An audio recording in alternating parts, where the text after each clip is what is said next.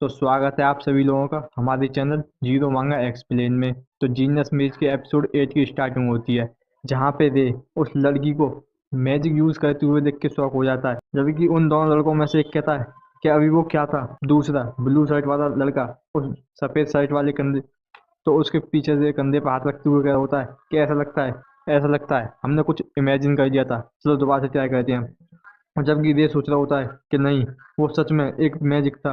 जबकि दिखाया जाता है उस लड़की को जो कि डरी हुई होती है, और वो उनसे चिल्ला के कहती है कि यहाँ से भाग जाओ। और जबकि दिखाया जाता है उन दोनों लड़कों को जो कि अपने हाथों में पत्थर लेके उस लड़की की तरफ अटैक करने के लिए तैयार हो जाते हैं। और उनमें से एक कहता है कि इतना ज़्यादा टफ बनने की प्रिटेंडिंग मत करो, और तुम इसमें कुछ नहीं कर सकती अब। और दिखाया जाता है उन दोनों लड़कों ने उन पत्थर को सीधा ही उस लड़की की तरफ एम करके फेंक दिया होता है। जबकि दिखाया जाता है उस लड़की को जो कि अपनी आंख नीचे लेती है और सोचने लग जाती है मैं इन सभी को ब्लॉक नहीं कर सकती। तभी दिखाया जाता है जो कि अपनी मैजिक पावर को यूज करने लग जाता है, और तभी दिखाया जाता है उस मैजिक की वजह से वहाँ पे बहुत ज़्यादा हवा चलने लग जाती है। तो दोनों लड़के कह रहे होते हैं कि यहाँ पे दोबारा से इतनी ज़्यादा विंड कहाँ से आ सकती है। और तभी दिखाया जाता है वो पत्थर, जिसमें से एक पत्थर उस ब्लू कपड़ों वाले लड़की को आके लगता है। और जब ये वो सफ़ेद कपड़ों वाला लड़का इस चीज़ को देख के शॉक हो जाता है, और वो उस लड़की को देख के कह रहा होता है क्या। और तभी दिखाया जाता है उस पर भी उसका ही फेंका हुआ पत्थर आके लगता है।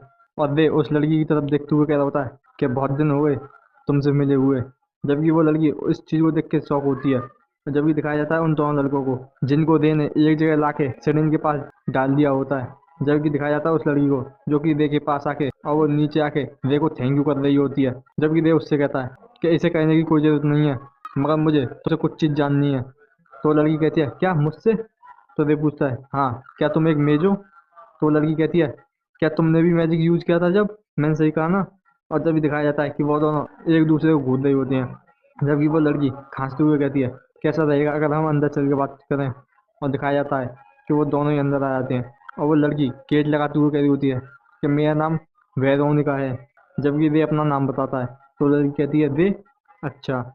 और वो उससे दुआ से कह रही होती है कि मुझे माफ़ कर देना पिछली बार के लिए जो मैंने तुमसे बुरा भला कह दिया था। मैंने सोचा था कि वो तुम ही हो जो यहाँ पे पत्थरों को फेंक रही हो। जबकि वे कहता है कि मैं समझ सकता हूँ कि ये सिचुएशन मिसअंडरस्टैंडिंग हो गई थी। जबकि वो लड़की माफ़ी मांगते हुए कह रही होती है कि तुम्हारा थैंक यू मेरी हेल्प करने के लिए, अगर तुम नहीं होते तो मैं बहुत ज़्यादा ट्रबल में पड़ जाती। तो ये कहता है तुम्हें बार बार मुझसे माफ़ी मांगने की ज़रूरत नहीं है, मैं बस इस बुक स्टोर को देखना चाहता था। जबकि वे सोच रहा होता है कि मैं यहाँ आके बस कुछ मैजिकल नॉलेज के बारे में जानना चाहता था, मगर मैं यहाँ पे मेज से मिल लूँगा ऐसा मैंने एक्सपेक्ट नहीं किया था। तभी वो लड़की कहती है क्या सच में। और वो सोच रही होती है कि ये लड़का बहुत ज़्यादा स्ट्रेंज है। जबकि वे वहाँ पे बैठ के वेरोनिका से पूछता है कि वेरोनिका, कि तुमने मैजिक कहाँ से सीखा है। तो वेरोनिका बताती है कि मेरे ग्रैंडफादर, उन्होंने मुझे सिखाया है। रे उसके पास आते हुए कह रहा होता है क्या तुम्हारे ग्रैंडफादर भी मैजिक यूज कर सकते हैं। तो वेरोनिका कहती है कि हाँ बिल्कुल, क्योंकि वो एक मेज है। तो देव पूछता है क्या मैं तुम्हारे ग्रैंडफादर से मिल सकता हूँ। तो वेरोनिका कहती है कि हाँ हाँ, कि ये ठीक रहेगा, कि मैं बस ऊपर जाके उनको बता के आती हूँ पहले। और तभी दिखाया जाता है कि दे की गाल के कट को। तो वेरोनिका ऐसे देख के शौक हो जाती है, पूछी होती है क्या ये तुम्हारे गाल पे थोड़ा सा कट लगा हुआ है। तो दे बताता है कि हाँ, कि ये कोई बात नहीं है इसकी। तो वेरोनिका कहती है मगर ये कि इससे तुम्हारा इन्फेक्शन भी हो सकता है अगर तुम इसे छोड़ दोगे तो। और वेरोनिका उसके गाल के पास अपना हाथ लेके जाती है और वहाँ जाके अपने मैजिक को यूज़ करने लग जाती है, जिससे दिखाया जाता है कि उसका जो कट होता है वो वहीं ठीक हो जाता है। और वेरोनिका अपनी एक सांस छोड़ते हुए कह रही होती है कि चलो अब सब ठीक है। जबकि वे तुरंत खड़ा होकर पूछने लग जाता है कि ये तुमने कैसे किया। तो वेरोनिका कहती है क्या तुम्हारा इससे क्या मतलब है। तो वे कहता है कि तुमने अभी जस्ट वाइट माना का यूज़ किया है, और तुम उस वाइट माना की वजह से यहाँ पे लाइट को क्रिएट कर दिया जिसने मुझे हील कर दिया। जबकि वे सोच रहा होता है कि मैं कितनी भी कोशिश कर लूँ मगर मैं इस वाइट माना को कभी मूव नहीं कर पाया। कि ये वाइट माना जो है जब ही रिएक्ट करता है जब कोई बहुत ज़्यादा डेडिकेटेड हो, या फिर कोई अपने आप को सेक्रीफाइस करने के लिए तैयार हो। कि यही सभी इमोशन है जो कि मुझसे बहुत ज़्यादा दूर हैं और मैं इनको फील नहीं कर सकता।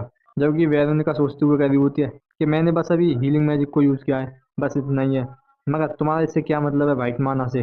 तभी रे अपनी और नील की बात याद करता है कि नील ने भी उसे बताया था कि कोई भी मैजिशियन माना को नहीं देख सकता क्योंकि वो विजिबल नहीं होता।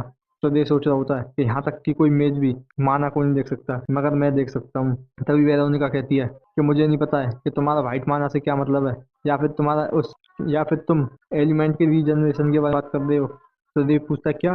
तो वेरोनिका बताती है कि हाँ, जो अभी हम एलिमेंट को यूज करते हैं मैजिक में, उसको हम एलिमेंट ऑफ रीजनरेशन कहते हैं। जबकि अधिकतर जो हीलिंग मैजिक होता है वो इसी से यूज होता है, और इसमें हम दो या इससे ज़्यादा एलिमेंट को यूज करते हैं। तो ये पूछता है तो मतलब यहाँ पे कितने एलिमेंट होते हैं, तो वेरोनिका बताती है कि यहाँ पे जो है बहुत ज़्यादा एलिमेंट होते हैं, मगर उनमें से 20 टाइप होते हैं इनके, जिनको तुम नेचुरल एलिमेंट कह सकते हो। अगर तुम दूसरे भी काउंट करोगे, जैसे कि एम्पलीफिकेशन, डिस्टर्बेंस और मैनिपुलेशन और रीजनरेशन, तो इसको मिला के लगभग 100 होंगे। जबकि वे इस चीज़ को सुन के सोच रहा होता है कि मैंने आज बहुत ज़्यादा चीज़ सीख ली है, अगर कैसा रहेगा अगर मैं इसके ग्रैंडफादर से मिल लूँ, तो मैं और भी चीज़ों को सीख सकता हूँ। तो रे पूछता है तो क्या तुम्हारे ग्रैंडफादर वो सेकंड फ्लोर पे हैं? तो वेरोनिका कहती है कि हाँ, क्योंकि वो अभी बीमार हैं, तो इसीलिए वो बेड पे से उठ नहीं सकते, तो वो अधिकतर अपना समय बेड पे ही गुजारती हैं। और वो वहाँ से जाते हुए कह रही होती है, क्या तुम यहाँ पर थोड़ी देर वेट करोगे? मैं कुछ ही देर में अपने ग्रैंडफादर को चेक करके आती हूँ कि वो जग रहे हैं कि नहीं। और वेरोनिका वहाँ से चली जाती है।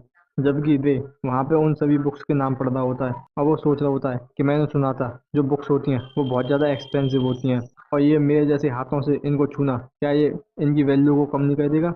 अब वो अपने कपड़े हुए कह रहा होता है कि अब मैं इसके बारे में सोचूं, मैं जब ही नहाया था जब बारिश हो रही थी, और क्या उसको मुझसे कोई डिस्कम्फर्ट नहीं हो रहा होगा क्योंकि मुझसे इतनी ज़्यादा बदबू आ रही है, या फिर उसकी जो नाक है वो बेकार है, और या फिर वो मुझको बर्दाश्त कर रही थी। तभी वे टेबल पर रखी हुई बुक्स को देखता है और उनको देख के कह रहा होता है, क्या ये कोई बुक्स नहीं है, क्या ये जनरल है? तभी वो एक बुक का नाम पढ़ता है, study of element distribution by sector. और तभी वो एक और बुक को देखता है जिसमें ब्लैक रेन के बारे में होता है। और यहीं पे हमारा एपिसोड खत्म हो जाता है।